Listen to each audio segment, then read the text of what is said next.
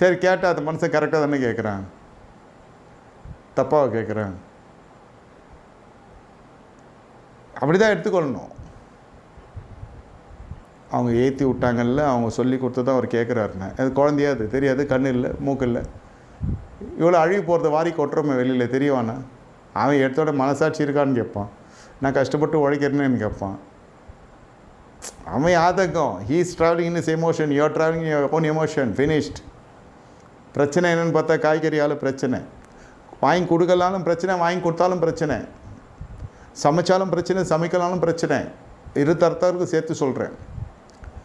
எதில் ஆரம்பிக்கிறது? இது மானியமும் கிடையாது, மந்திரமும் கிடையாது, தந்திரமும் கிடையாது, பில்லி சூனியமும் கிடையாது, மாமியாரும் கிடையாது. தனி கொடுத்தனத்து இவ்வளோ பிரச்சனை இருக்குது.